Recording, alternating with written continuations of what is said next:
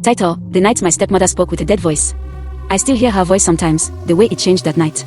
It didn't sound human anymore. I grew up in a small village in southern Nigeria. We didn't have much, but we had each other. My mother died when I was 10, and my father remarried a year later. Her name was Mama Nkechi. Everyone called her kind, but I knew better. From the first day she came, she didn't like me. She smiled too much in front of people, but when we were alone, her face turned cold. She'd pour away my food, tear my books, and tell my father lies about me. He believed everything she said. She had a daughter, Nkechi, younger than me by 2 years. My father loved her more than me, and I don't blame him. Mama Nkechi made sure of that. The strange things started after my mother's grave was moved. One evening, some men came to shift the graves behind our house because the river had started flooding that area. My father told them to move my mother's body to another spot, closer to the mango tree. I remember Mama Nkechi smiling when the men dug up the coffin. I thought it was strange. She stood there with her arms folded, watching too closely. That night, I heard her whispering outside.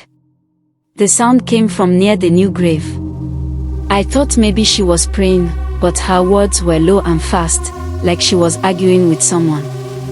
I peeked through the window and saw her kneeling by the grave, her white wrapper soaked with dirt. She was talking to the ground. The next morning, our rooster was dead. Then 2 goats. My father said it was a snake or wild dog. But there were no bite marks, just blood on the necks. By the 3rd day, even the chickens stopped crowing. The whole compound felt wrong. And then it started happening to me. One night, I woke up and saw her standing beside my bed. No lantern, no sound, just her shadow against the moonlight. She said, "You should stop talking to your mother in your dreams. She belongs to me now." I froze. I had been dreaming of my mother for weeks, but I never told anyone. "How did you know?" I whispered. She smiled, and her teeth looked darker than usual. "Because I see her before you sleep." She left before I could speak. I lay there shaking till morning. Days later, I told my father everything. He slapped me.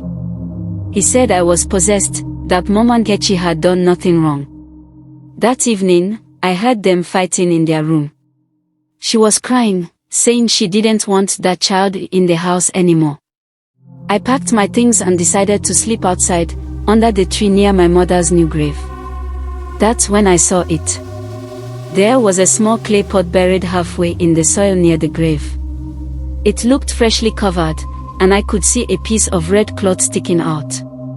I don't know what pushed me, but I dug it up with my hands. Inside was something that still makes my stomach turn, a piece of hair, mine, a chicken heart, and a small bone wrapped in my mother's old scarf. As soon as I opened it, I heard her voice behind me. "What are you doing there?" I turned around slowly. She was standing a few steps away, her wrapper undone, her eyes wide like someone who hadn't slept in days. "Put it back," she said. I shook my head. My voice came out weak. "What is this?" Then she said something I never forget. "Your mother wouldn't rest, so I helped her sleep. But you keep waking her up." She grabbed the pot from my hands and poured something black from a bottle into it. Smoke came out, thick and fast. I coughed and stumbled back. The ground under the grave started moving. I swear on everything I know, I saw the soil rise and fall like something was breathing under it. I screamed and ran toward the house. My father ran out, confused. When he saw her still standing there with the smoking pot, he froze. She started speaking in a voice that didn't sound like hers, deep, heavy, like 2 people talking at once. "She belongs to the earth. Let her rest." My father shouted her name, but she didn't answer.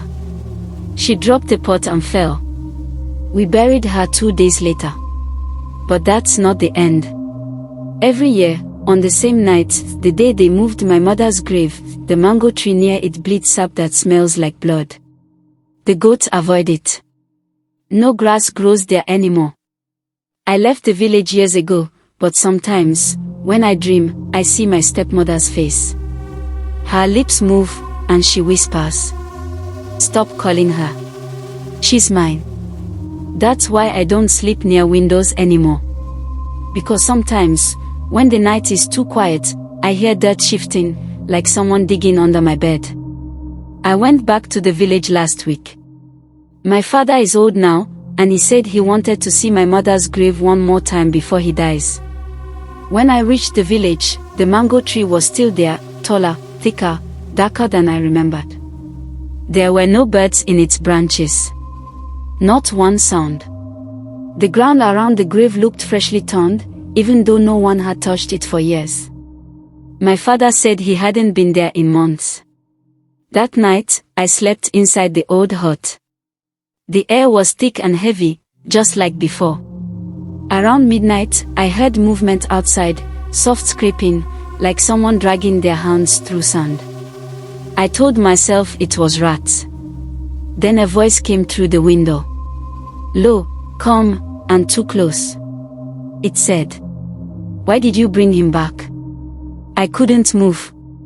My father was snoring beside me, completely still. The voice spoke again, only this time, it sounded like two people speaking in one breath. I ran outside. The mango tree was dripping again. Not sap this time, it was dark, thicker. And under the tree, two sets of footprints led straight to the grave and stopped there. Now I don't dream of my stepmother anymore. I dream of both of them. And they're always standing together, smiling.